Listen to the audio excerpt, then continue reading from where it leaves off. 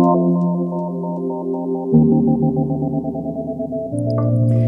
those of you who are joining us for the first time, ISLAA is a private research institute devoted to advancing scholarship and public engagement with modern and contemporary Latin American art through exhibitions, publications, lectures, and university partnerships. I'm speaking to you today from New York City, located on the unceded ancestral land of the Lenape. At ISLAA, we acknowledge that the past, present, and future of the Americas are shaped by the displacement of indigenous peoples and the continuing legacies of colonization and the transatlantic slave trade. We affirm that indigeneity must be seen and respected in order to tell fuller histories about Latin American art and culture, and that this work remains ongoing. Today's event is the first panel in a two-part series organized in conjunction with the exhibition Felipe Ehrenberg Testamento, which is currently on view in our New York City space through Saturday, August 7th. To learn more about the exhibition and the second panel, which will take place on June 30th, please visit our website, islaa.org. That's islaa.org. Please note that we will be leaving time for questions from the audience after the panel discussion, and we encourage you to submit your questions and comments through the Zoom Q&A section throughout the event. Before we begin, I'd like to take a brief moment to introduce today's moderator. Harper Montgomery is a leading specialist in Latin American art, the author of The Mobility of Modernism, Art and Criticism in 1920s Latin America, and the co-editor of Beyond the Aesthetic and the Anti-Aesthetic. She teaches courses on modern and contemporary Latin American art at Hunter College and is currently pursuing research on the ascent of artisania within contemporary art spaces in Latin America from the 1970s to the late 1980s. It is now my great pleasure to turn the program over to Harper Montgomery. Thank you. Thank you, Olivia, for that very kind introduction. I'd like to thank Olivia Casa and Ariel Asics at ISLAA for inviting me to participate in this event. I am a great admirer of the scholarship of Esther Gabara and Karen Benezra, so as well as of the artwork of Felipe Ehrenberg. So it is a real pleasure to be participating. So the run of the show, as Olivia mentioned, will be this introduction. I'll introduce both speakers at the same time. Each speaker will give a formal presentation of about 15 minutes each, and then I will ask questions to the speakers, to Esther and Karen, for about 30 minutes, and then the floor will be opened for audience questions. So please do submit your questions through the chat at any point during the program, which will run until about 1:20, 1:30. So it is a great honor to introduce our speakers today, Karen Benezra and Esther Gabara, whose work on Felipe Ehrenberg has brought to light the unconventional ways in which he approached making art.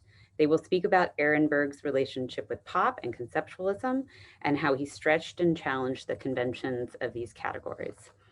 Esther Gabara teaches in the Department of Romance Studies at Duke University.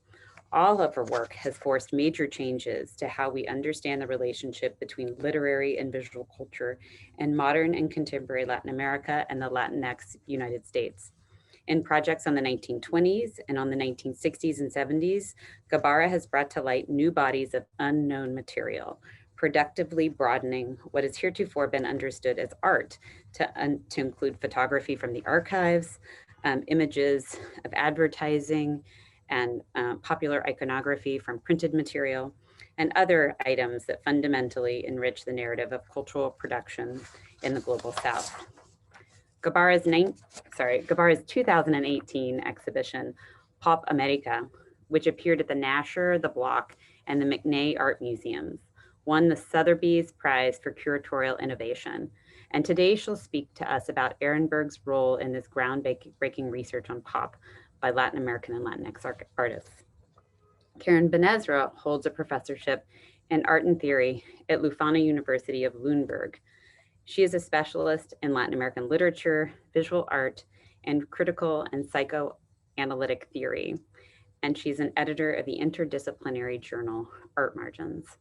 She has examined Latin American art and criticism of the 1960s and 70s in her groundbreaking book, Dematerialization, Art and Design in Latin America, which was published last year by the University of California Press. Among the many things Benezra does in her book, she challenges art historians to look beyond the frameworks of art and art institutions in accounting for conceptualist art practices. And she describes how Latin Americans were examining the contradictions of capitalism as they saw them playing out in the social and political contexts in which they were living. Ehrenberg is a key protagonist in Benezra's examination of the Mexican collectives known as los grupos. He allows her to map a dematerialization that, counter to Lucy Lepard's famous use of the term, actively casts artists working on the global periphery as authors of their own self-determined critical discourses. So it's a great pleasure, and without further delay, I'm going to turn over the screen to Esther. Thank you so much, Harper. Thank you, Olivia. Thank you, Ariel. And hi, Karen. It's really lovely to be here with all of you. I'm going to take a second and just share my screen so that you all get to see that. I'm going to assume, Harper, unless you come on, that it's all being seen. Okay. All right. So it's a real pleasure to be here. I'm sorry I'm not with you in New York, but I'm happy to see a lot of you are joining us from, I assume, many different places. And so I'll try to talk a little bit, maybe not so formally, about what I've decided to call paper boxes, Felipe Ehrenberg in and out of context. So when I try to talk about Felipe's varied, influential, funny, irreverent political artwork made by hand and stenciled and mimeographed and photocopied to my students, I usually say the following. So if you look at a photograph of any of the most important moments in the last half of the 20th century where art and politics were happening, you'll probably see Felipe. He may be in the background, he may be the subject of the photograph, but he is always there. It's remarkable, really, that someone so central to a continent of artistic innovations and risky politics is not better represented in the institutions that have been tasked to validate it. So for this talk, I'd like to propose against that erasure that Felipe, in a sense, was the context of contemporary and radical art beginning in the 1960s and until his death across the American continent, which is the space that most concerned him after his time in England. At the same time, it's pretty funny for an exhibition that's entirely composed of collages, especially a series in which all of the pieces are dated from 68 to 2017. It's not like one was 1968, but it seems like he dated all of the entire series from 68 to 17. It's funny to talk about collage and use the word context, because of course collage is all about cutting out from one context and putting it in another, visually, semantically, materially, historically. And Felipe's life was that kind of collage, as you all probably know, his various cuts, his displacement to London after 1968, from London to its outskirts, back to Mexico, but to Chico, Veracruz in 74, sometime in New York City, and later for a long time to Rio de Janeiro until he went home to Mexico just a few years before his death. That cutting came with a pasting, the connections that he maintained across oceans and continents, and very importantly, I think across generations, from Guillermo Gómez Peña, who did a great interview with him that was published, to Abraham Cruz Villegas, to Pablo Helguera, and to Minerva Cuevas, who I just emailed with, and she said, "Oh, it's so great that you're talking about Felipe, we miss him so much." And Felipe stayed in touch through letters and, of course, the mail, through journals and self-publishing, and also in boxes, shipping and packing boxes of art and art made into boxes. So I thought we could think today about the context of Felipe's work as those paper and boxes. And there's a lot of reasons why, but looking over my notes from conversations with him, as contrarian as he was in general, one of his main oppositions seems to have been with what he called el problema de clasificar cosas, arte social, arte aquello, the problem with classifying things, social art, that kind of art. He didn't want to be recognized as a conceptualist. He said, "No traje el conceptualismo a México como dicen algunos." I didn't bring conceptualism to Mexico, as some say. Or as a Latin American artist, nunca exhibí como un latinoamericano. I never exhibited as a Latin American. So of course, He didn't want to be known as a pop artist. So, I'm starting against my own title, but not really. So since I've been invited to talk about Ehrenberg, because I included him in this exhibit I curated, Pop America, and as you see from the title, from the cover of the exhibition catalog, which is a detail of his work, he played a very, very important part in that, thinking about that exhibition. So the title is actually, of course, borrowed or collaged from Chilean artist Hugo Rivera Scott, whose collage reads Pop America. And Hugo Rivera Scott recalls about that collage, we always thought about it, and he says, quote, "We always thought about it as explode America, blow up America, in that sense, pop as an onomatopoeia." In his brief remembrance, then, pop is an action. If we were to diagram the grammar of pop, it would be a verb rather than a noun or adjective, a kind of popping that emphatically produces America as its direct object.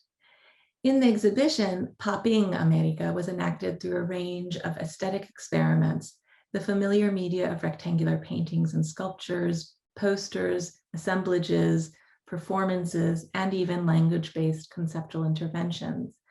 It's more than a style, not limited to the historical period defined by more familiar Anglophone examples. Pop in the exhibition didn't represent a delimited movement, but rather a broad range of artistic activities that welcomed viewers to an America comprehended as a single continent, and invited them, I hoped, to participate in its making. So Felipe had his own ideas about that America, most of them made on paper. We can start with El Corno Emplumado, the experimental, political, and bilingual magazine that circulated and drew from voices across the US, Mexico, Cuba, and beyond, and across the literary and visual arts. As Roberto Tejada traced in his contribution to the catalog, Ehrenberg's contributions to the influential journal included mixed media works on paper for 2 covers. Here on the left, you see for number 22, and a series of drawings in 4 different issues. And I love his self-portrait here that you see on the right. Me reservo el derecho de retener todo premio o mención que reciba mi persona, así como el dinero que se perciba de la venta de la misma. I reserve the right to retain all the prizes and mentions that my person receives, as well as the money that is I perceive from the sale of the same.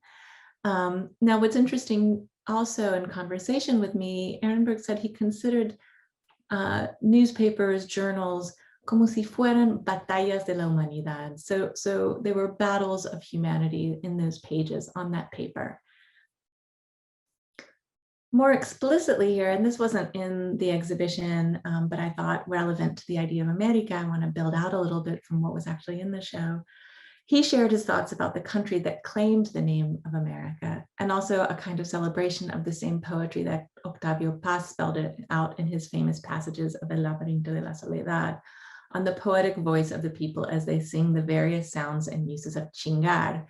Here, however, we can read him write, "Hey you, country without a name, Nero fiddled while Rome burned, Curtin Canyon's A-bombed earthworks, Zen conceptualism, and pseudo Dada blah blah." As you go forward, you read that he writes about America as maiming minorities, Watergate citizens, and he says, "I speak English, fuck you, Americans." This becomes a poetry. It also becomes an attack not just on America or the US as America, but on art criticism. If you see at the top, the caption he wrote, "Surely this piece is by the famous artist Christo," and you see that he's turned a body bag, a wrapped body bag, into an artwork parodically. There's also reference to a kind of concrete poem in this series, his longstanding relationship with Brazil was not at all atypical of artists and poets in the Americas, especially through the medium of concrete and visual poetry. So here you can see he creates moving cut and paste. You could create it into your own collage. You can say fuck by moving the letters and images around to make a word that is implied but incomplete, like Caliban's use of English in The Tempest. This is typical Ehrenberg, assembling and disassembling via print and language the core ideas of America. And here the title is La palabra fuck queda implícita. So El Corno Emplumado, it's important to say, and Ehrenberg himself were part of that transnational circuit. Ehrenberg was relatively unusual among his Mexican peers for his stated and published interest in the Chicano movement in the US. He even published a short reflection on it. But that longer and larger paper trail between California, Mexico, and Cuba was traced by Jennifer Jostin, as well as Roberto Tejada in the catalog for Pop America. Here on the right, you can see the cover for the edited collection, Time to Grease, which is beautiful, and a contribution to that circuit, itself a contribution to that circuit by Chicano, Puerto Rican, New Yorican, African American, and Asian American poets and artists. When I spoke with Rupert Garcia, who you see pictured second from the left in the photograph in the back of that volume, Rupert, probably one of the most brilliant poster makers of that generation, I asked him about this photograph on the back of the editors and contributors to the volume. And he wrote back to me, quote, I just took another look at the Time to Grease photo and I realized the bottle next to the pig's head. So what you're looking at, they're holding on a tray, a severed pig's head with a bottle beside it. He says that pig's head beside it is a bottle of hot sauce to spice the pig for eating.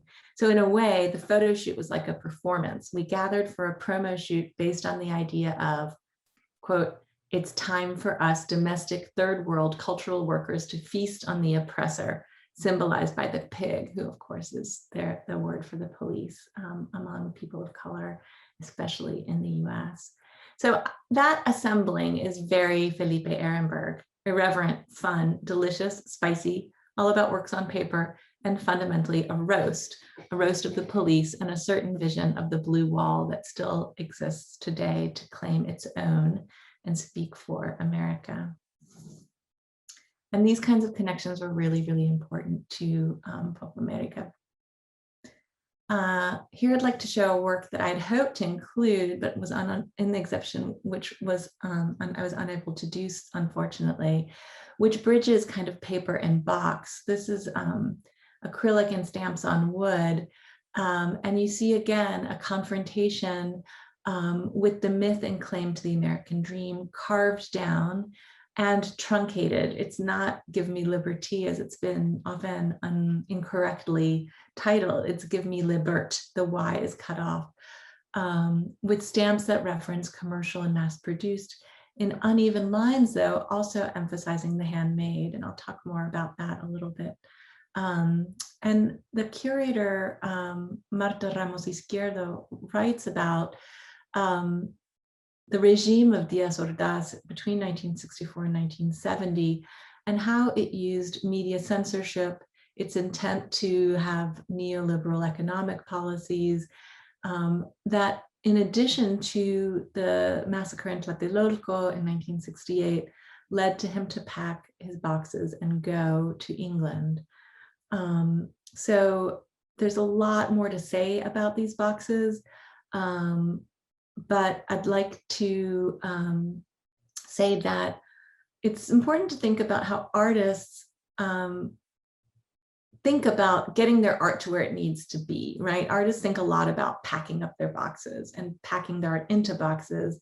And at the very least, since Mallarmé, the box itself as a kind of artwork where the poem is an address, the box is the work. So here we see Caja box 25495, which is one of many boxes that Ehrenberg produced at the end of the 1960s, as did his close friend Rubens Gershman from Brazil, and they worked with boxes as special kinds of objects that were simultaneously sculptures and storage containers, containers of images. Ehrenberg painted the number 25495 in a stencil font to assert the serially produced nature of the object and to reference the idea of commercial patents. And there's not time here to go into all of the elements that reference pop here, but we can list them. The box itself, and yes, we can talk about Warhol, the arrows that are both signs and they're street signs, and the art of semiotics that Masota wrote about and that Karen in turn wrote about so brilliantly, and politics as an arrow to the left, to the right, and references to silkscreen multiples, as well as stencil itself, not just as mass production, but a military font. So Felipe Ehrenberg also brought playful images to this work. He painted, there were a lot of discussions about how to hang this work, because if you hang it one way that it's been hung, his signature is upside down. If you hang it another way, his signature is right side up, but it seems to go against other ways that the work was installed. So that's one part of the problem of this work. He also says that originally it included marbles inside. So if you did this game of trying to figure out how to hang it, the marbles kind of clacked around inside, making noise. The marbles have been lost, unfortunately, but according to him, they were part of the original work. And so I thought I'd show you these other kinds of boxes. So Gershman and Ehrenberg were good friends, both early in their careers, and then when Felipe Ehrenberg was living in Rio in the last sort of about 10, 12 years.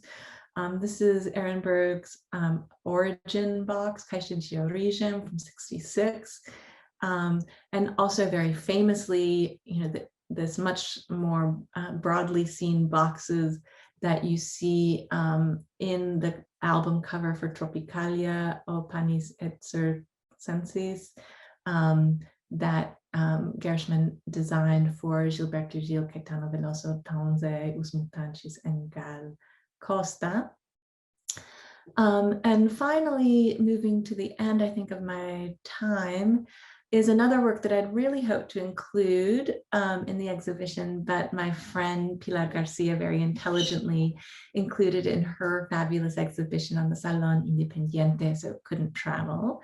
And then from the title, as you see here, it's obvious why. The title is Arte Conceptual from 1968, and it was originally a diptych.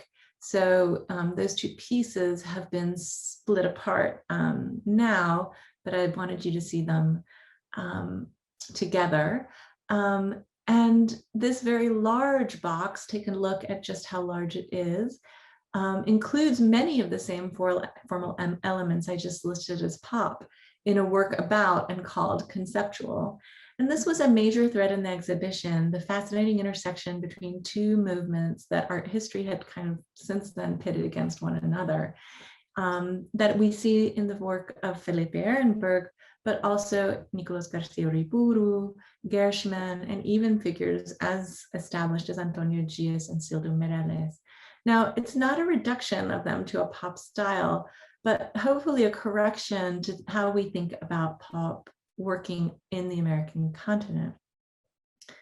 Now, this is not a new idea, nor one, I hope, that imposes from the US a US designation onto Latin American art. To defend that proposition, I'd like you to take a look at Federico Moraes' famous text for his landmark show that's not supposed to be about pop, but about land art and body art. But in this Manifesto do Corpo à Terra, the manifesto from body to earth, Federico Moraes wrote the following: pop is the reification of common objects, fetishization of the obvious and the quotidian. With pop, the play acting has ended. It is the kingdom of the object, which is presented and does not represent. Object modified, serialized, transformed, accumulated, prepared, augmented, terrorized, mummified, destroyed, compressed, reused, combined, divided, multiplied. Enigmatic object, the entrails and the blood of the object. Abject, objectum, object, contest, counter. Locating itself face to face with man, obliging him to its initiatives. Object amplified to the limits of gigantism. For that reason, situated outside the museum, the found object, the ludic object, piece of a toy, ritual, or game, man as merchandise in a mercantile society. The object is his shell, his image, his packaging. Industrial trash and the peripheral country lives from the surplus, as from the remnants frequently does the artist. So there's a lot one could say about that, but I wanted you to hear just how he exploded pop and pop acting, pop verbs into a whole series of things that we can identify, including the large Lucci sculpture by Rubens Gershwin that was in the Pop America exhibit. And so to close, I'd like to show you this other box that Felipe Gershwin titled No Podemos Ponerla, which that la I interpret as la bandera, the flag. We can't raise it because you see the tricolor, the three colors of the Mexican flag with what is kind of a hole in the center, almost like a bullet hole in the center of the Mexican flag. Another critique of America and the nationalisms, not just US nationalism, that battle over its definition, showing the emptiness at its heart that amplifies the sound of those declarations.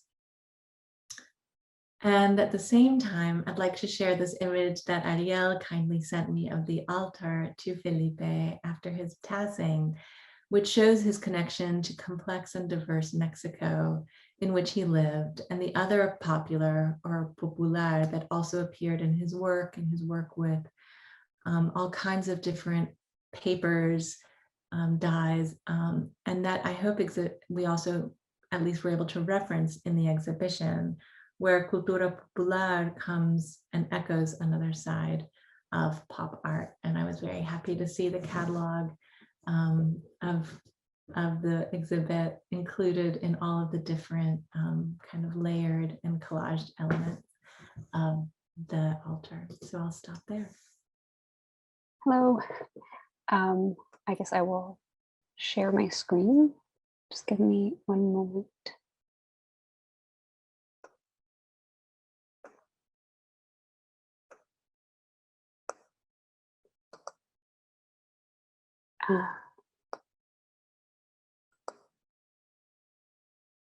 So I just wanted to begin, well, of course, by thanking Olivia and Ariel Isaacs and also Harper for the invitation to speak, and Harper for the generous introduction. I wanted to begin with an anecdote to explain a bit the title. As Harper mentioned, I had written about some of Edinburgh's works from the 70s, in particular, what most closely touches on conceptualism, or what we tend to think of in terms of process-based art, and also what he did in relation to los grupos in Mexico.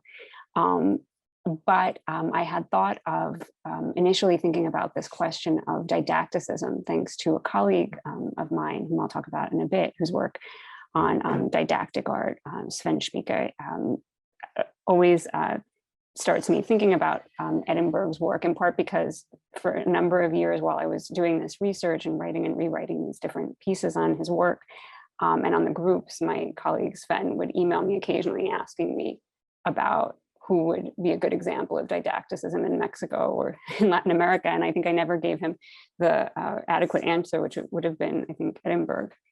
But the title has to do with the fact that I had spent some time in his archives in the MOAC and in Stanford, and going to see the exhibition at ISLAA last week, I was reminded, or I returned to the feeling of being kind of overwhelmed, but also of being very, in a sense, having this very kind of feeling like I had developed this kind of intimate relationship to his absolutely immense set of archives, documents, Walkman manuals, actas. And so in part that has to do with the title. So needless to say, I'm very pleased and very happy to have received the invitation and to have the opportunity to think a bit more about Ehrenberg's work again. So, so despite having written about different pieces of Ehrenberg's corpus, especially from the 1970s, as I just said, the invitation to talk about the works in Testamento was quite intimidating, as you can read in the description of the exhibition and in the video narrated by Lourdes Hernandez. Ehrenberg was extraordinarily prolific. And of course, as Esther has just begun to show us, he experimented with many different idioms, movements, and mediums, from pop art, Fluxus, process-driven conceptual art, mail art, and artist books to print and performance, sometimes simultaneously.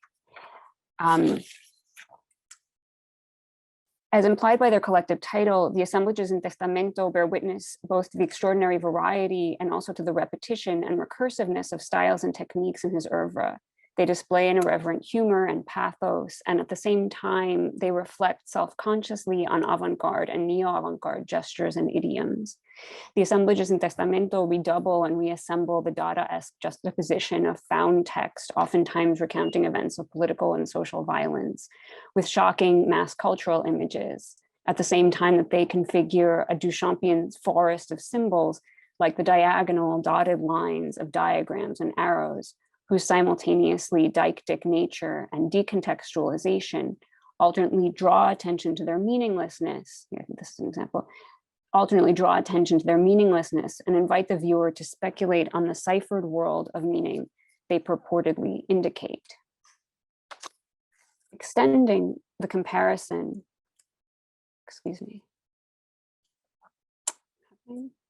Extending the comparison with Duchamp's Green Box from 1934, however, the more and less hermetic signs and notes in the assemblages of Testamento do not code the meaning of another set of images, as we find in the crossed references of Duchamp's large glass and Étant Données. Rather, Ehrenberg's assemblages refer us to the artist's own extraordinarily extensive archive of writings, correspondence, exhibition ephemera, notes, sketches, prints, photographs, Walkman manuals, actas, books, artist books, news clippings, and samples of mail art. Perhaps more than merely calling our attention to the empirical content of Ehrenberg's archives, the works in Testamento instead index the force that animates them. Rather than reconstruct Ehrenberg's genealogy as an author of pop, Fluxus, conceptualism, etc., they invite us to read his desire as a subject. My colleague Sven Spieke contextualizes the indexical gesture that I have mentioned in his development on the term didactic art, which critic Jacqueline Rose first coined in an eponymous essay from 1967. As Spieke reminds us, with the term didactic art, Rose questioned the role of art criticism in the face of art's anti-aesthetic turn. Glossing Rose's essay, Spieke writes, and here I quote, "As the index of an argument or a proposition about art that it illustrates without embodying, didactic art fulfills a semiotic function without being representational. It instructs by pointing beyond itself to a body of knowledge about art to which it contributes, without fully mastering its complexity," end quote. Interestingly, as Spieke also underscores, for Rose, didactic art was not limited to its negative qualities. It referred not merely to the evacuation of meaning or conventional techniques that we tend now to associate with conceptual art. In a positive sense, with the term didactic art, Rose also sought to name the purely formal gesture by which a much broader swath of anti-formalist as well as time-based works effected the purely formal gesture of inserting a space of difference within the everyday that remained irreducible either to quote unquote reality or to the conventional forms of art. As I've already suggested, one way of considering Testamento in relation to the collection of Ehrenberg's work is to think of it, paraphrasing Rose and Spieke, as indexing a body of knowledge that lies outside of itself. Rose conceived of this knowledge in a more positive, socially recognizable, or even academic form than what I have in mind. Building upon Rose and Spieke, we might locate Testamento's didacticism in the way that it opens a space between art and the empiricism of the archive. That is, between art as neo-Dada assemblage and art as flush with the collection of clippings and photo documents that it recombines by insinuating a question about the form of the address. In this sense, the question is not whom the work addresses, right? Does it address us as its witnesses, but rather the fact that they do so. Testamento indexes not only an enormous body of work and a prolific archive of documents and writings, but also a singular form of desire. By treating art as an excuse, to paraphrase one of Ehrenberg's highly didactic, in fact, works from the Parque Chapultepec in 1979, Testamento poses a question about what art is and what art can do from the perspective of existence. The point that I take away from this is not that for Ehrenberg, the work of art is merely an excuse to address bigger philosophical questions.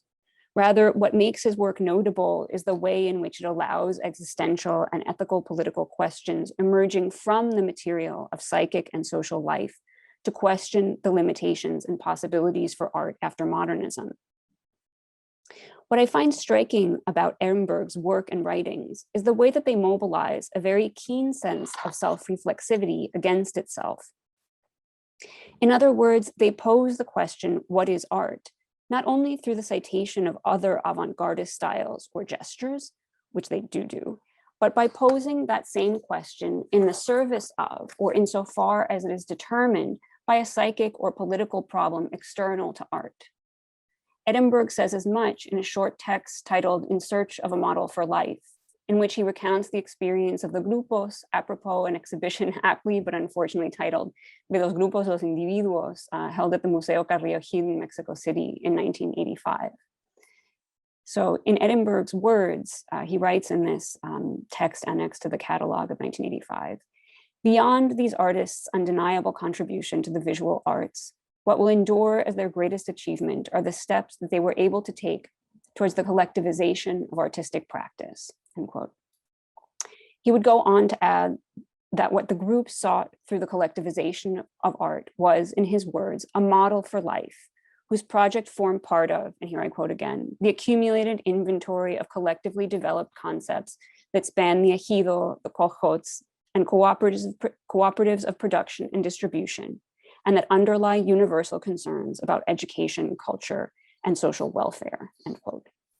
Ehrenberg's text was part of a polemic against the exhibition's own narrative, which presented the purported inevitability of the group's journey from anti-establishment collectivism to individual authorship geared towards the interests of the market. As many listeners probably already know, during the late 1970s, Ehrenberg was one of the founding members of the Grupo Proceso Pentágono, and also one of the most vocal spokesmen of the grupos or groups' official and unofficial institutional affiliations. Of course, it would be a mistake to say that Ehrenberg or any of the artists or writers associated with the groups could represent or encapsulate the heterogeneity of their social or aesthetic projects. Ehrenberg's art elaborated a kind of anti-representational didacticism, more similar to the styles and gestures that Rose surveys than the more conventional forms of teaching or of implementing print or murals as tools for political praxis that one finds in the work of other groups or in Ehrenberg's own parallel work as a teacher.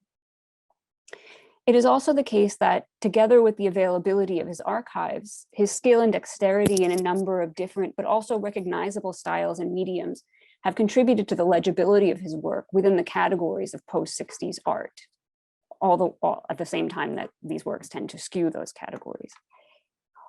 All of this is to say that while Ehrenberg's visual languages share little stylistically with the murals or social praxis of other groups like the Pito Arte Acá, Germinal, or El Colectivo, it also illuminates something about the group's project of collectivism, insofar as it resists categorization, their project resists categorization, either in strictly artistic or practical social terms.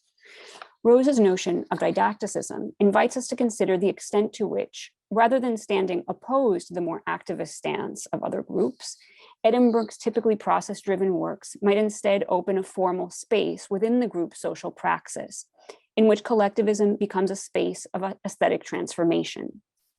Though this reaches beyond the scope of my talk today, it is perhaps also worth noting, as the groups often reiterated in their collective statements, that they predicated the necessity of their intervention on the exhaustion of the opposition between modernism and muralism, And we might add, importantly, the models of aesthetic education that each implied for politics.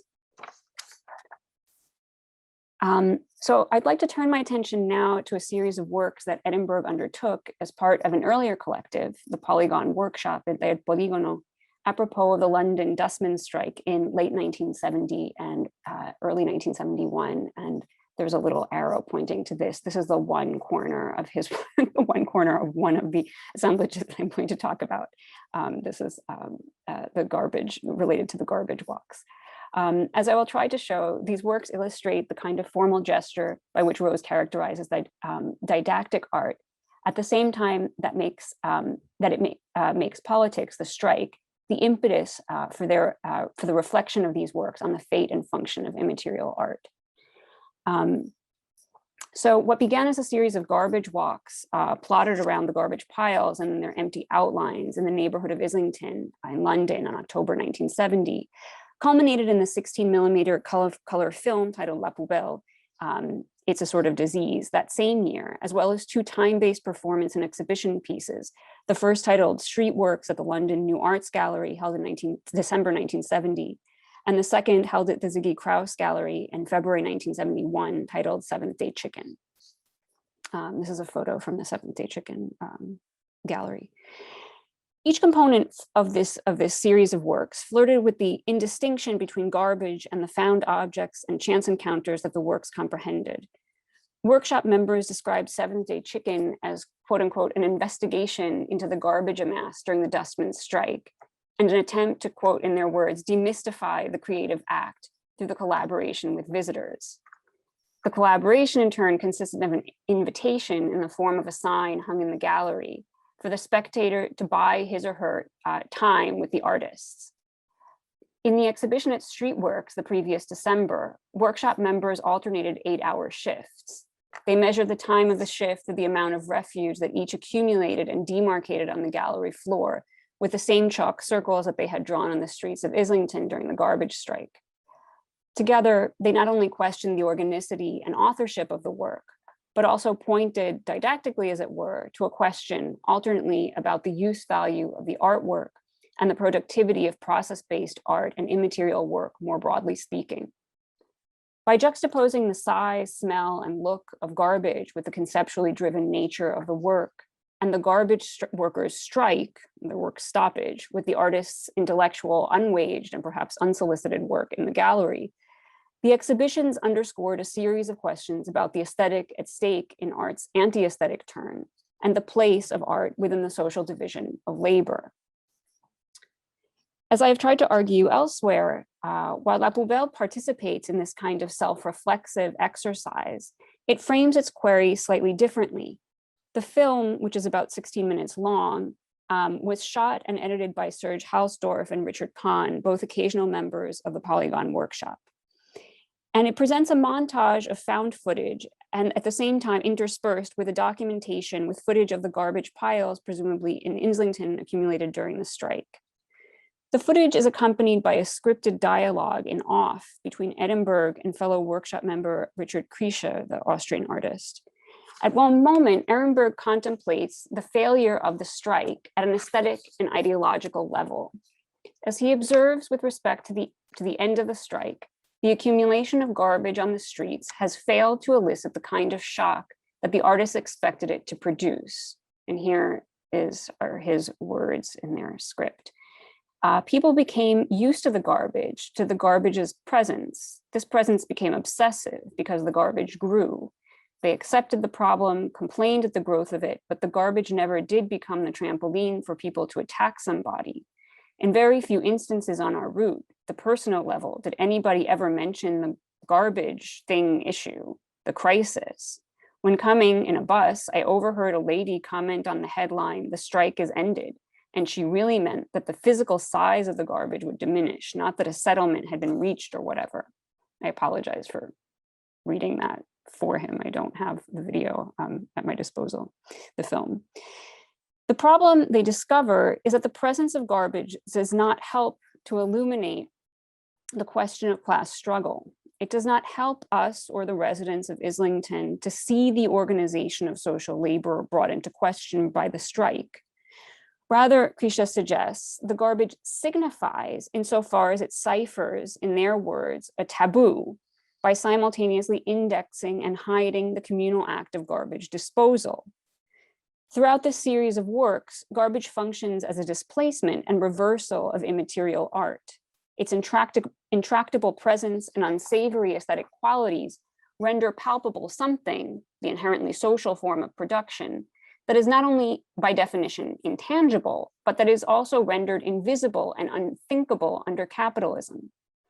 As I develop elsewhere, La Poubelle thus provides us with a complex, if nonetheless cheeky, approach to the question of how immaterial art relates to and reflects upon immaterial labor. More pertinent for the present discussion, and with this I'll conclude, is the way that the film questions the social value of process-based art and inevitably asks what art is, but only insofar as the effects of the dustman strike pose this problem first.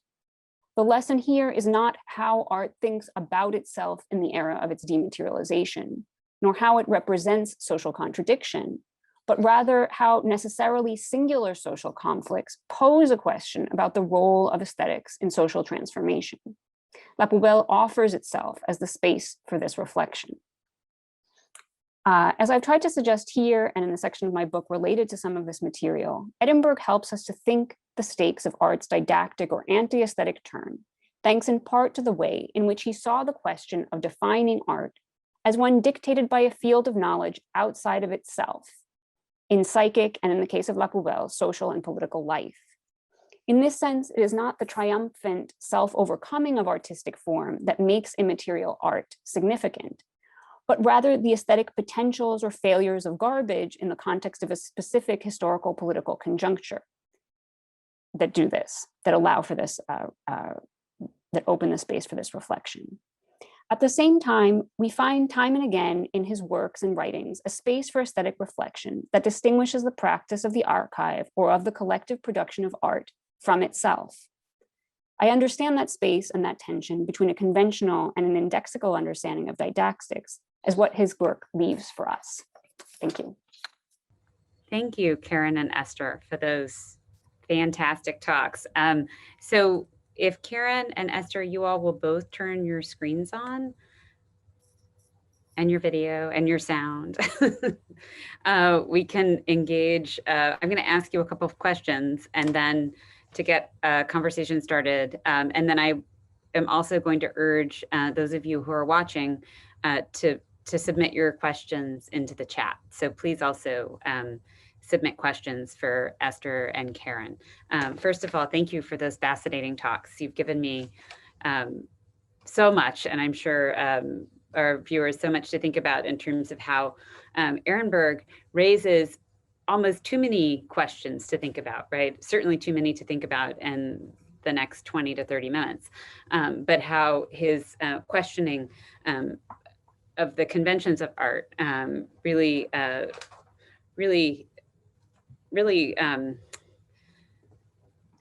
sought kind of new positions, different for the artist role, right? Really transform the artist role in ways I think that haven't been appreciated, and perhaps answer the question, Esther, that you asked of why it's been so hard for art history, for museums and collections and art historians, right, to give him the due that he deserves, right, in the official histories of art.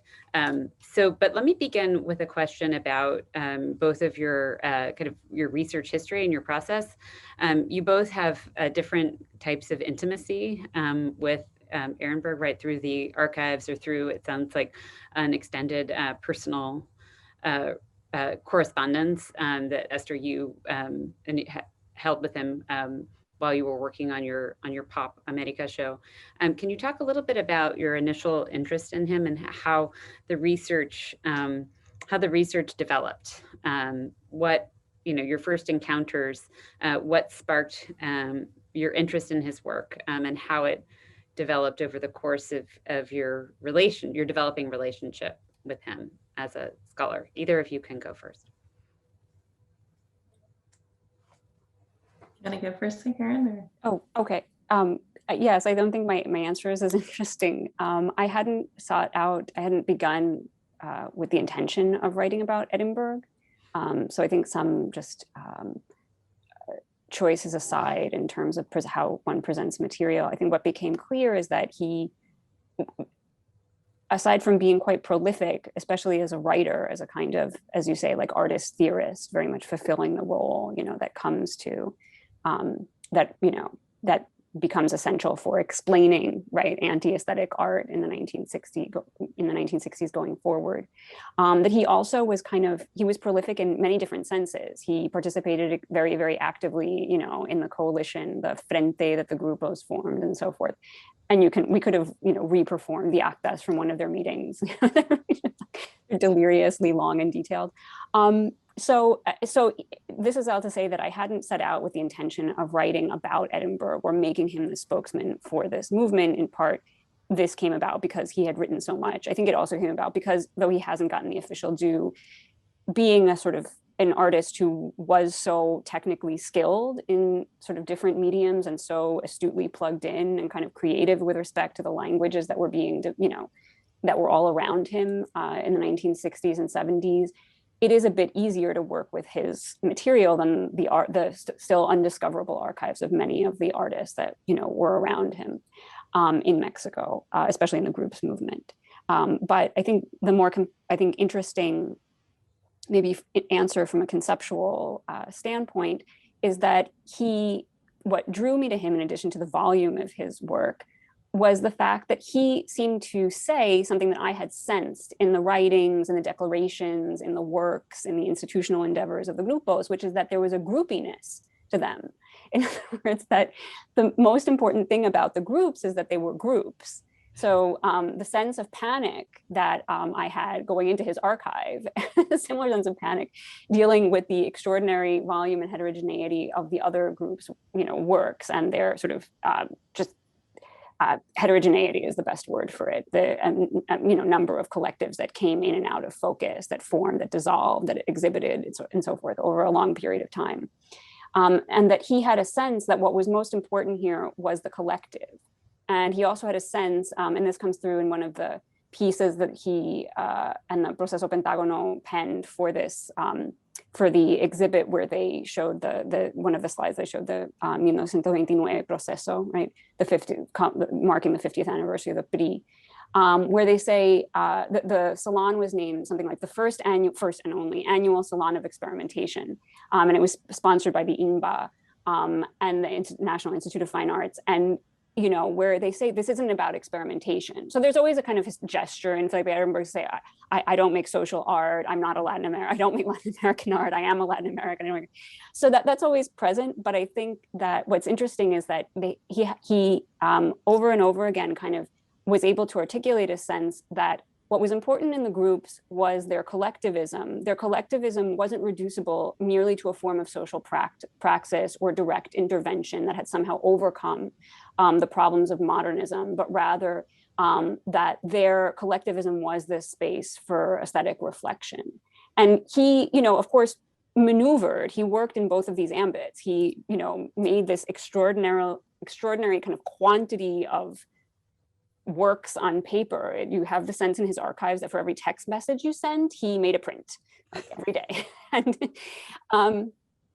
but also that, and he, on the other hand, had these projects that he himself seemed to have authored, touring around, teaching people how to create mimeographed books and so forth that weren't exclusively about art, that were about agronomy and what have you. So he, of course, navigated these two things. It's not that he sort of just inhabited this kind of mystical space of aesthetic reflection, but I do get the sense, and the reason that he came to the fore when I was trying to deal with the groups was this idea that he had placed he had a way of underscoring how experimentalism, the kind of process-based, research-based, conceptually driven works that he was doing and that called into question so many things, were calling them into question thanks to an impetus that was coming from outside of art, right? Thanks to an impetus that was coming from the kind of dissolution of the Communist Party in Mexico, that was coming from, he was himself a candidate for the PSUM point, that was coming from a kind of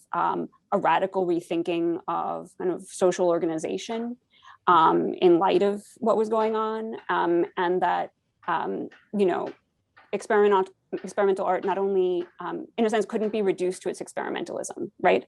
That its experimentalism was kind of the space in which, or was in a sense, the product of something that was outside of it.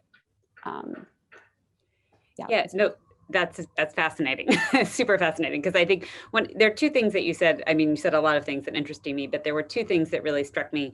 Is that that he's in the context of Testamento and the works, you know, that comprise, or the material images that comprise Testamento, the index is the force that animates them, right? So there's this, and also this idea that you speak and write about as collectivism, as this space for aesthetic transformation, that he's not working within a system of you know, the art world, or that even art thinking and writing can really account for. And I think those are super important insights that your reading of the work, you know, kind of bring to his practice, right? That enable us to see it beyond kind of the force of the material and visual, and, you know, the iconography that art historians tend to look for.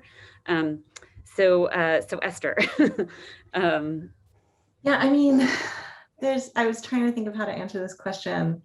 And part of that, this is why I started as I did, which is like, you know, almost anyone, if you go into any archive or talk to any one of the subsequent generations who's interested in doing something really interesting with art, you're going to hear Felipe Ehrenberg's name. I mean, it's just, I can't remember the first time I heard it, but I can't think of a situation in which it wasn't necessary, right? And that's certainly in kind of like Mexico City, that scene, but broadly. I mean, and so it really feels wonderful, first of all, that this kind of thing is happening, that the exhibit at ISLAA is happening, that the interest in his work across, you know, beyond a certain kind of research in the grupos is taking place. So I'm just so happy about that. I think that what Karen was saying, I mean, I think it's really, it's what's fascinating to me. There's so many fascinating things about what Felipe was doing in this question of the relationship between practices of art and sort of the political and social spheres that are often differentiated from it, is that, you know, he published this book called something along the lines of El Cómo Vivir del Arte or something like this, which is supposed to be really a manual for young artists, like how to keep your archive, how to sell your work, how to make sure you don't get cut out. I mean, it's really a manual that's supposed to be, and I love it because there are many other artists who have been much better salespersons of their artwork than Felipe Ehrenberg ever was. So I love that he has this book out there that's, you know, says that. I also think it's a sign of his generosity across generations, where he was, you know, sort of thinking about really, like, if you're not from one of those families in Mexico, and we all know that many of these kind of colonial, Spanish colonies, it is a certain set of families that have the luxury of even making art, much less collecting it, right? So, you know, if you're not from one of those 5 to 10 families, how are you going to live from art, right?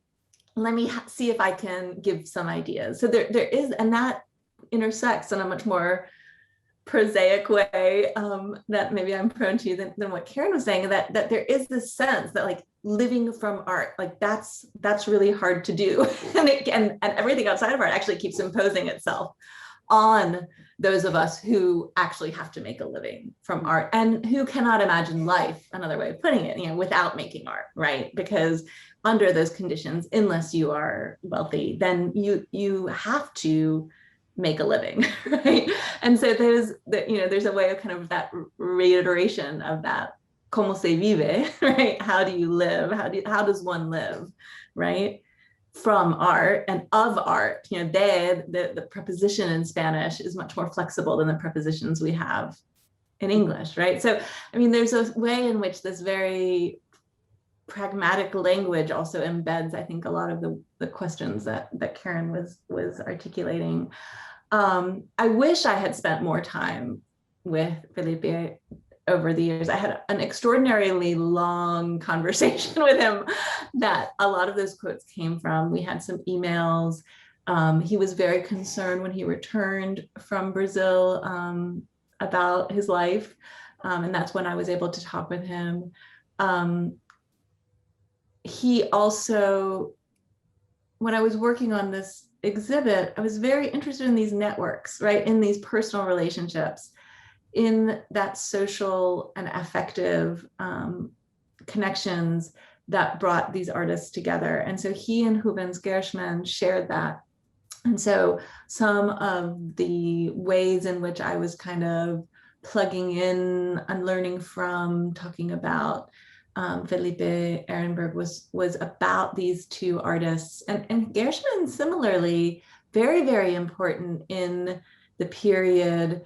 Eloy Tesica, who talk about market value, now is, probably one of the most object, for non-object art, very highly valued artist, right?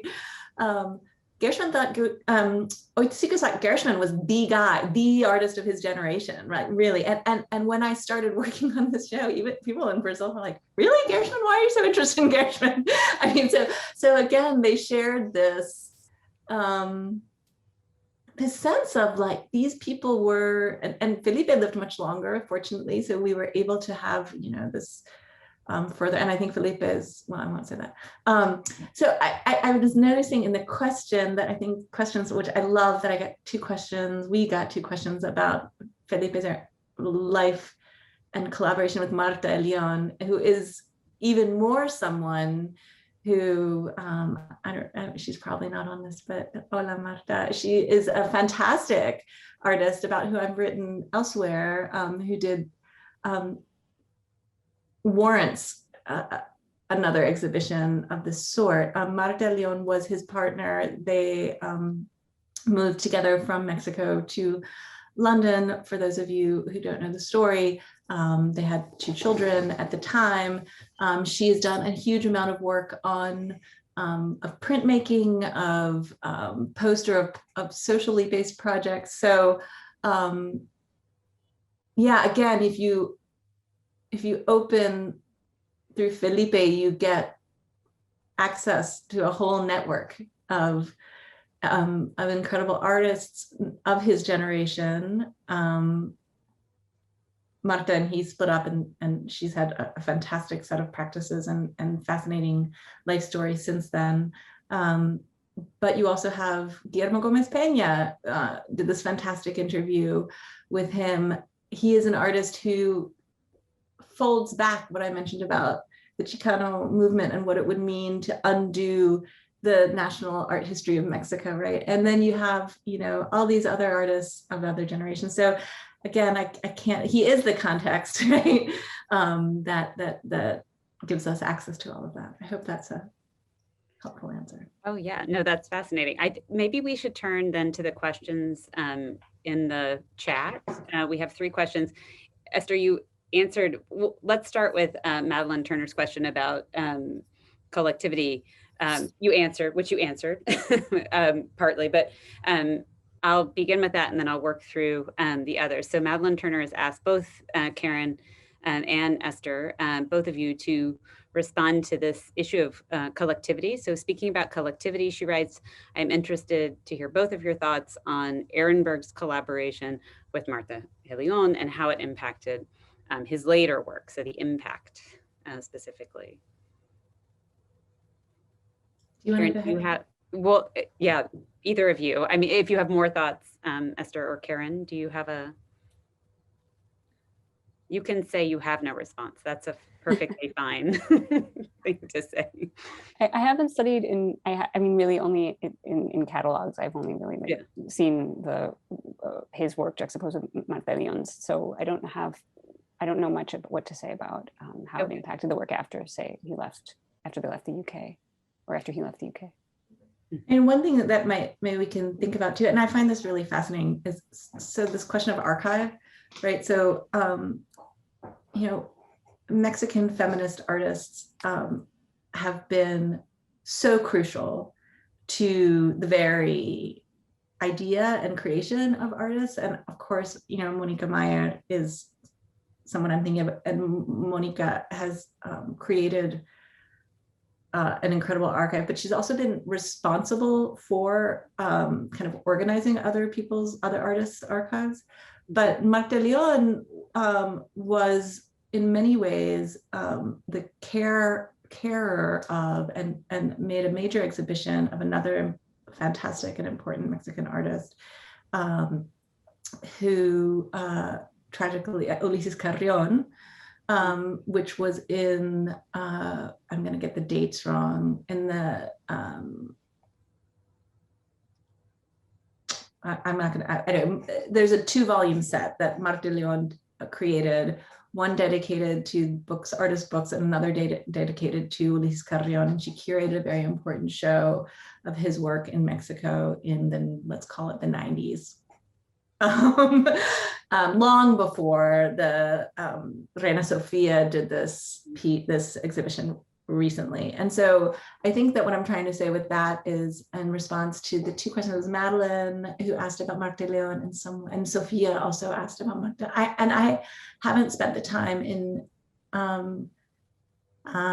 Felipe, in those archives, looking specifically for that. So I think that's a great project for anyone who can do it. And once we're all traveling again, or who are currently closer to those archives, but that the archive itself, and even sort of thinking about the relationship between art and archive that Marta and Mónica and other important figures in feminist art in Mexico have done is I think would reshape the presentations that both Karen and I gave. Yeah. Definitely. So I'll build on your, Sofia Gotti also asked about the collaboration with Marta León, but there's another part to her question about, she's asking about Ehrenberg's engagement with nature and agronomy, which Karen mentioned. And so if you have more to say about his engagement with those themes. I don't know anything about his engagement. There seems to be a recurring theme in my answers. I don't know anything about his engagement with agronomy. I know that he mentions when talking about, there was recently a book published about his work with H2O, the publishing sort of collective, the project that he undertakes when he returns to Mexico in the 70s. And there he mentions in an interview that when he gets the commission, this I think relates to another one of the questions, when he receives the funding, which was originally supposed to get destined towards the Ministry of Culture in Nicaragua after the Sandinista Revolution, when he gets the funding to do this in Mexico, it's so widespread that the idea is not only to instruct people how to make artist books, but it's just how to publish books independently using a mimeograph machine, which some of you might remember from like junior high school, and and that it wasn't only about artist books. So it would be interesting to trace sort of to compile the books that were produced as a result of, if that hasn't been done, sort of as a result of those workshops, if that would be quite a work of tracing. Detective work to undertake to show people who benefited from it. But I think it would probably say more about the context in which he was kind of intervening than it might say about his, than what he had done with nature. Nothing sort of comes to mind about works with like earthworks or works with nature. Thank you. No, that would be a fascinating project. That would be monumental, but it would be, something that would show a completely different engagement, right, with the printed social. Okay, so we have a number of more questions. So I'm going to get to those. I'm going to keep going through the questions. So we have a question from Javier Rivero Ramos. Let's see, at the beginning of your talk, and this is for Esther, I believe. Okay, you mentioned that later in his life, Ehrenberg claimed that he never exhibited, this is something Esther's, you included in your talk. He never exhibited as a Latin American artist. However, in the 1970s, he often derided the work of other artists in the pages of Context for being too concerned with Europe, for not facing head on the issue of authoritarianism in Latin America. It seems he wants to wage war against Euro-American hegemony, but not from the position of the third world or Latin American artists. Can we call this later reversal a disavowal of the imperative of politics in the 70s? Perhaps a retrospective rebuttal against the characterization of Latin American art of the period as political. Perhaps Karen, as Karen suggests, he placed the work's locus on collectivity and not activism. So a number of questions, right? Is he making a distinction between collectivity and activism, and this issue, his issue of sort of, sounds like kind of toggling, right, of sort of moving back and forth, right, between identifying as, refusing to identify as a Latin American artist, right, and critiquing Euro-US hegemony. I mean, I can give my general response to that. I would obviously take some kind of like detailed historical excavation of different uses. My sense of what he was saying in that is really more like, I'm not interested in producing objects that are called Latin American art that then get exhibited, you know, as that category. Like, he's against the category, not against Latin America, but he doesn't believe in Latin America any more than anyone else I know really believe. I don't believe in Latin America, like that doesn't exist, but that doesn't mean that I don't use the term strategically when it has to be used, right? I mean, and my sense is that in the same way that I never sensed, and again, one would have to go through with a fine tooth comb, and I never got a sense that he would object to being an activist, right? That's not, you know, he was always quite proud of the fact that it was his political work that got him kind of exiled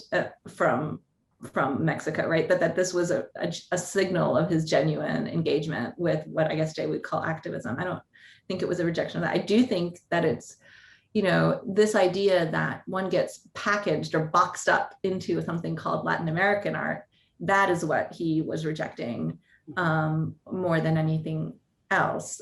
So all of those categories he wanted, and this is what Karen like delved into much more eloquently than I did, like all of those categories got, you know, taken apart, cut up and, you know, put back together in ways that it's like that empty hole, bullet hole in the box, right? It's like it creates an echo in the vacating of the category.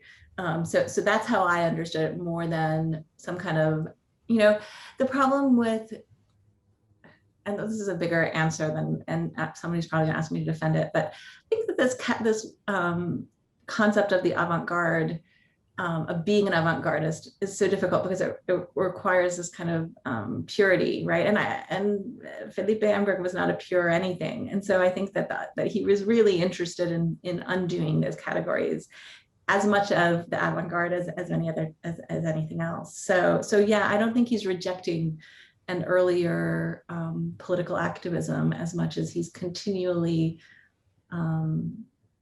pushing up against that idea of art and life. I don't know, Karen, you have a better way to. No, I don't have a sense of how his terms changed. I would tend to agree over, you know, a 30 or 40 year period. I would tend to agree with what you said. I mean, what always strikes me in his interviews is that he has this kind of, I think there was another question about him in the state. It's like, welcome to Mexico. That he, you had this kind of like anarcho sort of socialist sensibility. He often placed he was very proud that the publishing stuff was autonomous. This is why there's some, one of his many quotes saying, I started Beau Geste Press because I didn't want to bother being reviewed. Like, I didn't want to go through the other people reviewing my work or the publishing process in hands of other people, which is of course purposefully, I don't think we can take at face value anything that he says in these interviews, because he was also making artist books, and they're like, these also limited kind of rarefied objects. Yeah, I don't know. I think he was strategic, as Esther says, and there is this kind of, I always got the sense that there was a sort of, that he understood this question of art and how you make art and with who, the kind of ethical, meta-political forms of it as implied somehow in existence, right? And that comes through very strongly in the Testamento, not just because it's, you know, his face fragmented and pasted everywhere in his works. But there's a sense of like this kind of voragine that you get even as he recomposes, even as he controls the sort of signification of his works. Is there a sense that he has an anarchist political, like a true, like an academic interest, or any kind of, is there any evidence in the, there's certainly, I was struck by the evidence of, you know, his interest in his surrealist, you know, surrealist tactics and kind of free love and these references to. And I definitely think on every level. There's an important history of anarchist thought from Magonismo to Ruben Ortiz Torres in Mexico, in that whole collective, multi-generational collectivity that we're talking about. So there's, I think that there's absolutely a connection with what happened with anarchism and thoughts about anarchism in the 20th century in Mexico. Yeah. Yeah, I just have a general sense of kind of autogestión was what he was after, or that he was very proud of, that he often mentions when he's talking about these different projects. You know, that he formed this workshop that was completely autogestionado, but it was next to the Academia San Carlos, and then he had to be incorporated, and then he left. You know, it seems like these similar kinds of stories, even though he had, you know, salaried positions as a teacher and executed projects, you know, that were paid for by the state, that he had an abiding interest in this idea of like arts kind of autogestión. So we have some more questions and we're running out of time, so I'm going to keep going. We have a question from Felipe Becerra. Hello, everyone. Thank you for this panel. A question for Karen. Ehrenberg often described his work in opposition to art and state institutions, for example, in his publishing practice with Beau Geste. But when he came back to Mexico, very apropos of what we were just discussing, he also organized these mimeography workshops that you mentioned that would not have been possible without the state. Do you have any thoughts on his relationships with institutions? How can we understand this connection between pedagogy, the state institutions, and the creation of alternative or self-determined spaces? I feel like we just, I feel like you just covered that, Karen. Is there more that you'd like to add? I mean, it's hard to say from the perspective of Felipe Ehrenberg to kind of, I'm not I shouldn't say this, but I'm not an expert in Felipe Ehrenberg. He's just one element in this book that I had written. It's true, I think that to say this in more general terms, it's hard to go about talking about the question of the neo-avant-garde, say in like terms of Bergerian terms, right? When you talk about Mexico in any era, especially in the 1970s or 1980s. So obviously, as this question points out, you know, these two things, these two contradictory stances coexist. Ehrenberg was very interested and proud of the kind of self-determined work of artists, of publishers, you know, of taking your thought, your creativity into your own hands and, you know, elaborating something from the ground up. And also he had to earn a living and so taught and, you know, proposed these projects that were sponsored by the state. That project, I think, was originally intended to be taken on the road to Nicaragua, and it was in fact the Grupo Germinal who ended up doing some of these workshops, not publishing workshops, but art workshops in Nicaragua and not Ehrenberg. With respect to this question of pedagogy, what interests me in it, I was referring to a book that my colleague Sven Spiegel is writing, which takes this origin of the term didactic, right, back to the origins of, or the kind of early kind of metacritical writings about conceptual art, is that, you know, it's interesting, and this isn't exclusive to Mexico, that it really does come in this kind of moment of like, you know, ongoing crisis of hegemony. And so it kind of, what's interesting about this another window that the anti-aesthetic turn in art opens up, especially when it's seen from the point of view of this radical rethinking of politics, this radical rethinking of socio-political organization that I think that he participated in, you know, as one among many people on the left, is that it signals something about, you know, Esther also alluded to the kind of semiotic you know, symbols in his work. It alludes to something about, or questions something about the pedagogical kind of nature of the relationship implied in hegemony or leadership, right? Or of, you know, communist enlightenment, right? The work of the party and so forth.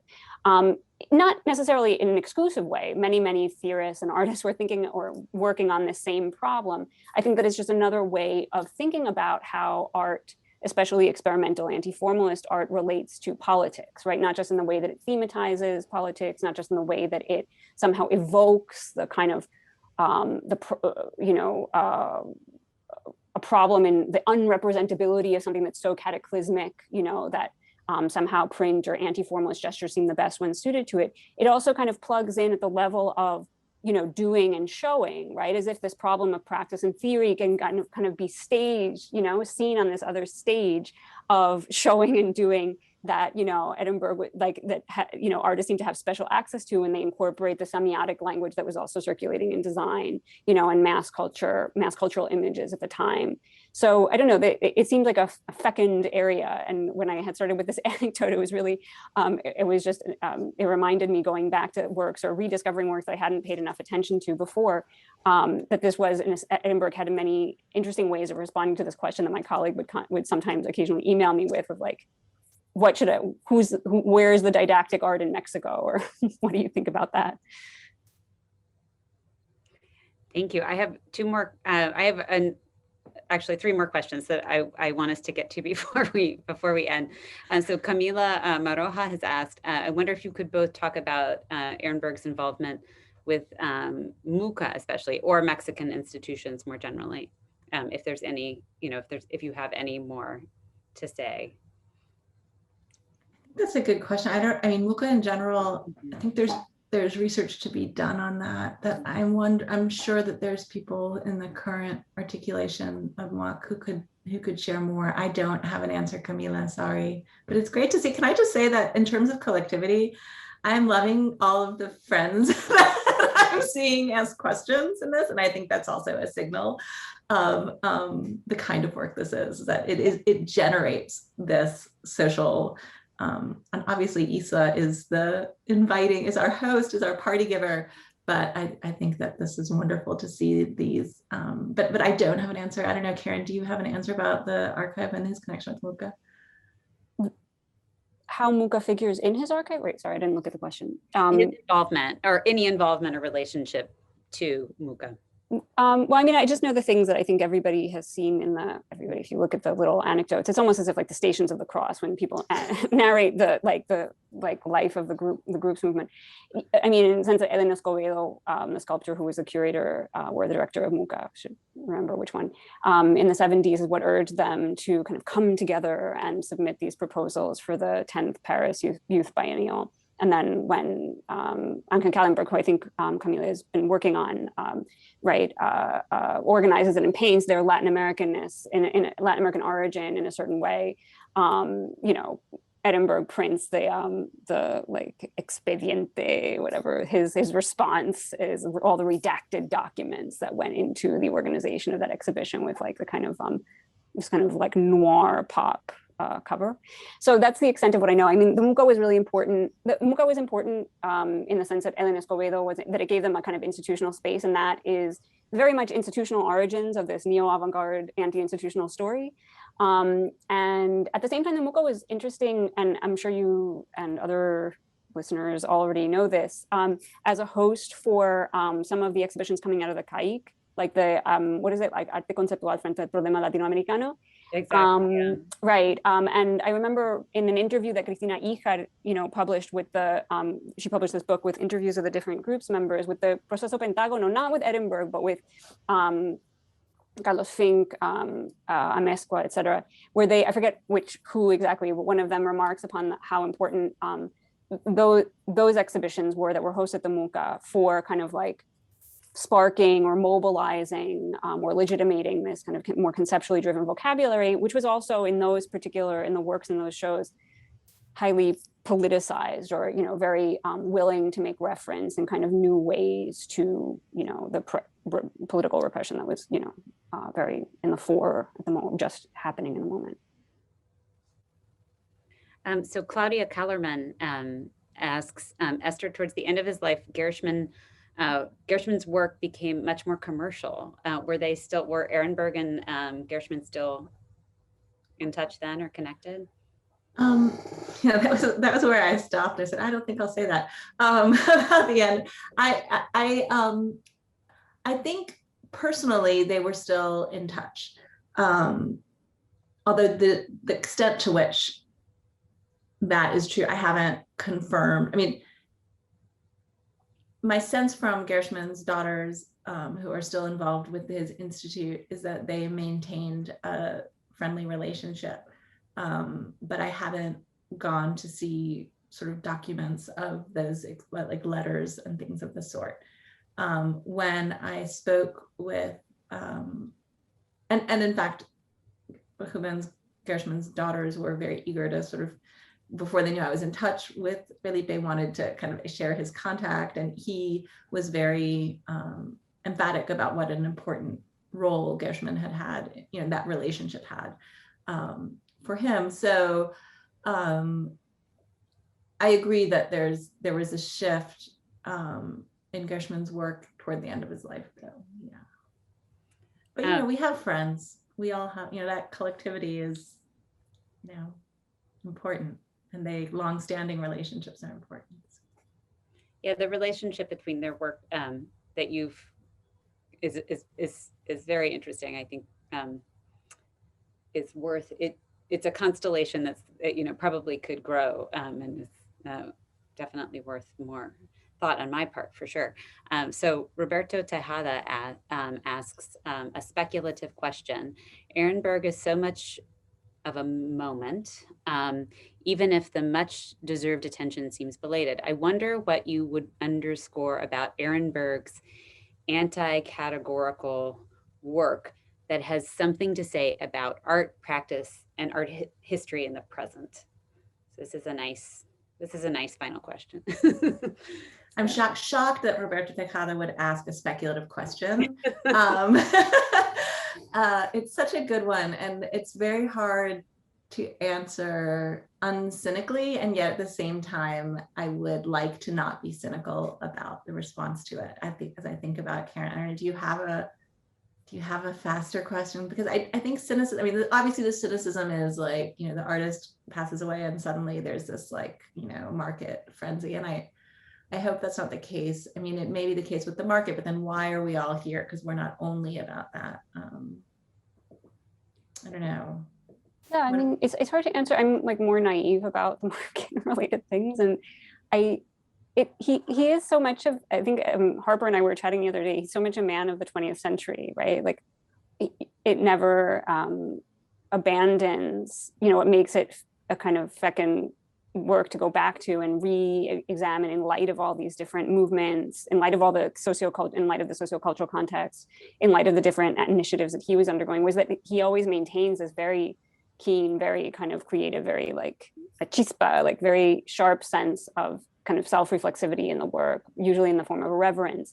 But the sense that he's working in a kind of neo-Dadaist, or as Harper mentioned, a kind of surrealist vein never disappears. So it's hard to say that he completely skews every category, aside from kind of remixing, in his own, which is his own way, established kind of idioms and references and ways of articulating things.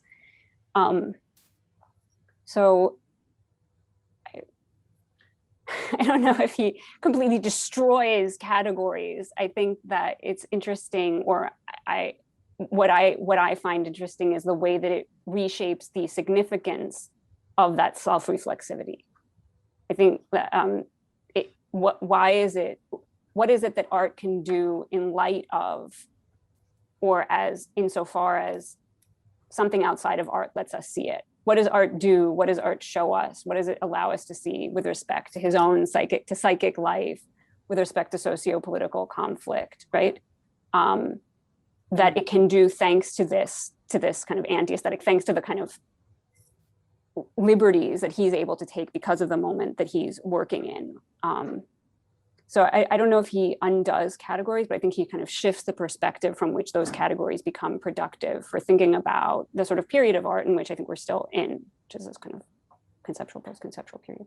I'd add one more thing, and this comes really from thinking about him and Beau Geste Press, and in part the publication of Cecilia Vicuña, Sabor a mí, in that moment, because, and this has to do with this book that I've just finished, which is, I actually think for today, and Roberto's question was like, well, what is it about now that we need Felipe for, right?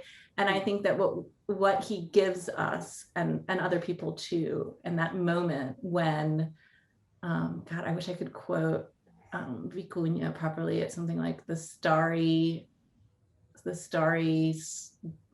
something about the Star-Spangled Banner, but the starry covered rape of the American continent, which was when the U.S. supported coup brought down Salvador Allende's democratically elected government to socialist government, to replace it with the core example of neoliberalism under military dictatorship, right? And again, there's Felipe and Marta León in terms of Beau Geste Press, right? Publishing this artist's book in Spanish and in English, fascinatingly, right? Bilingual. That diagnoses the problem that we are still, as Karen was saying, that we are still kind of trying to figure out the question, which is, how do you do something and make something that is not going to be swallowed up by this new era of capitalism, right? Which is one that, at least my argument goes, and other people have also very much said this, like, I'm thinking particularly of Sueli Cholnicki on kind of the challenge of creation under neoliberalism, right? When that structure is the structure of capitalism, how do you even make something, right? How do you even do, to repeat what Karen's saying? So I think that, again, for Roberto's question of like, why do we need him now, is that he and this other set of artists and critics and thinkers were at the beginning of that, right? First confronting that problem.